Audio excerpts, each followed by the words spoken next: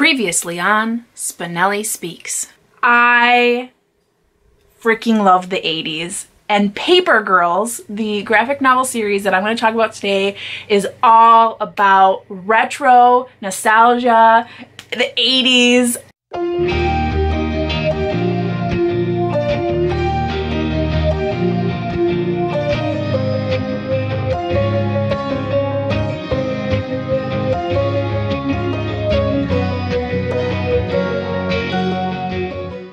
Hi everyone, Danny here. Welcome back to my channel.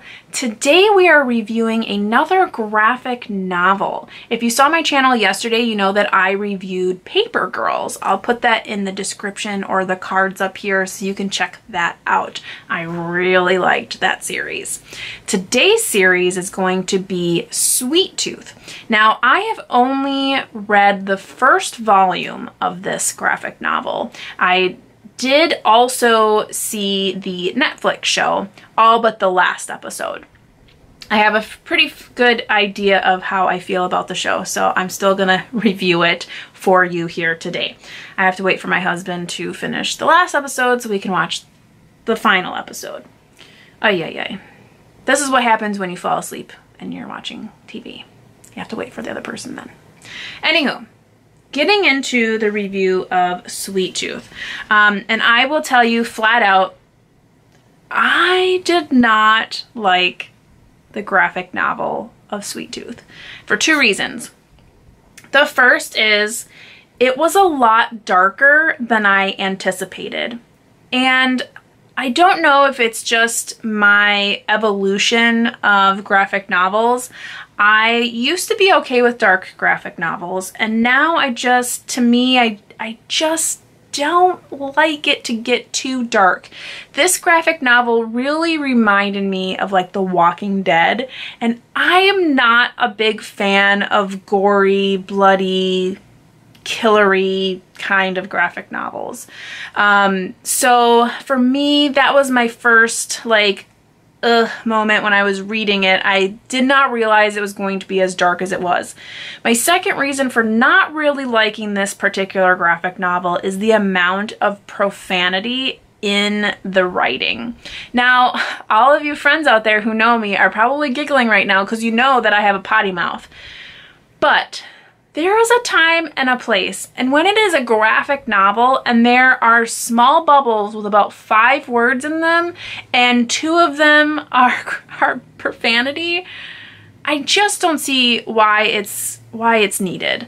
There's specific characters that just really love certain words, and I don't know why they're using them because they don't make sense in the sentences, which aren't even full sentences to begin with, because it's a graphic novel, and it's just too often. It doesn't make sense in the conversation. So that is another annoying piece of this particular graphic novel that I really just did not like. Now, that all being said, if you like dark graphic novels, as you can see we have some rabid dogs trying to get at Sweet Tooth, you may like this particular graphic novel. And we'll see if my thing lets me do anything here. Oh boy. There we go. You can see that it has very vivid colors, and we have the boxes. This is, I like when they do panes like this because you can see the movement of the characters, and overall I didn't think the graphics were too bad. They weren't anything spectacular, so to speak, and everything just seems just really dark and distant and sad, and that is the storyline. You know, speaking of which, this story follows Sweet Tooth, or Gus, who is a hybrid child. He is human and deer. And how that occurred, and we don't know exactly how yet, but there was a sickness and it killed billions of people. And since then, all babies born have been these hybrid babies. So they've been some form of animal. Gus happens to be deer, human deer. And people who are still around, who have survived, are kind of collecting these hybrids because they can't get sick. So as you can imagine, scientists and the like are collecting these children to find out how to cure this sickness. So obviously a dark theme, but I guess I was just surprised because I did see the Netflix show first. Now, had I seen this first, I probably wouldn't even watched the Netflix show because I would have thought it was as dark as this. So that being, the Netflix show is full of light. This character Gus, or Sweet Tooth, is just such an endearing character. He's so kind. He wants to see the good in everyone, and just overall, the show is just very, I wouldn't say lighthearted, but there's a tone of positivity throughout, which is really refreshing.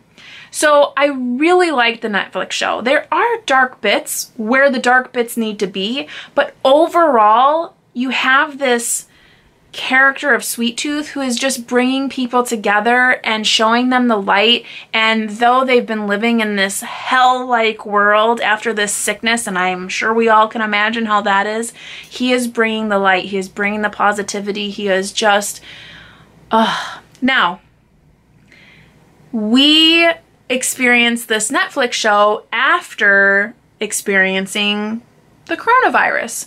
So for us, this show may have been altered to be more uplifting, to be more positive, for us to cope a little bit better, whereas these graphic novels were far before the pandemic.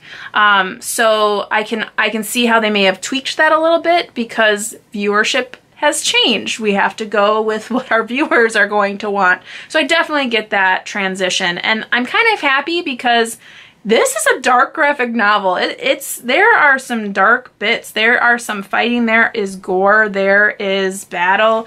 I mean, we see some dark stuff. So if you like graphic novels that are dark and similar to Walking Dead, I think you would definitely like this particular graphic novel. Like I said, it is pretty simplistic when it comes to the writing style. I don't feel like the writing is really there, but the graphics are okay. They're not spectacular. I've seen better, but overall, it's a good story. I feel like it's just not the best writing. And I think because I have the Netflix show in the back of my head and I know what's going to happen and I know the main plot points, I feel like as I'm reading the graphic novel, I'm kind of filling in all the blanks. But if I were to read this on its own, I feel like there's a lot to be said for like the gaps and just not a lot of explanation. I mean, it wasn't even until I think the very end, which this is the very last page of this volume where you actually get the synopsis of what happened to the world. So that's telling you something.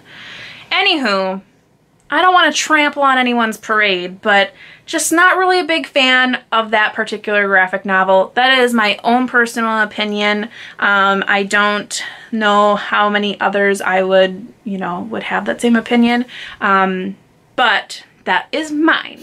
Now for tomorrow's review, we are going to get out of the graphic novel world, but we are going to stay within a little bit of that fantasy. And we are going to give you a review of T.J. Klune's The House in the Cerulean Sea, which is a newer book, I believe. I know I definitely got this because it was a cover by, but this was released in 2020. So that will be for tomorrow, so stay tuned for that.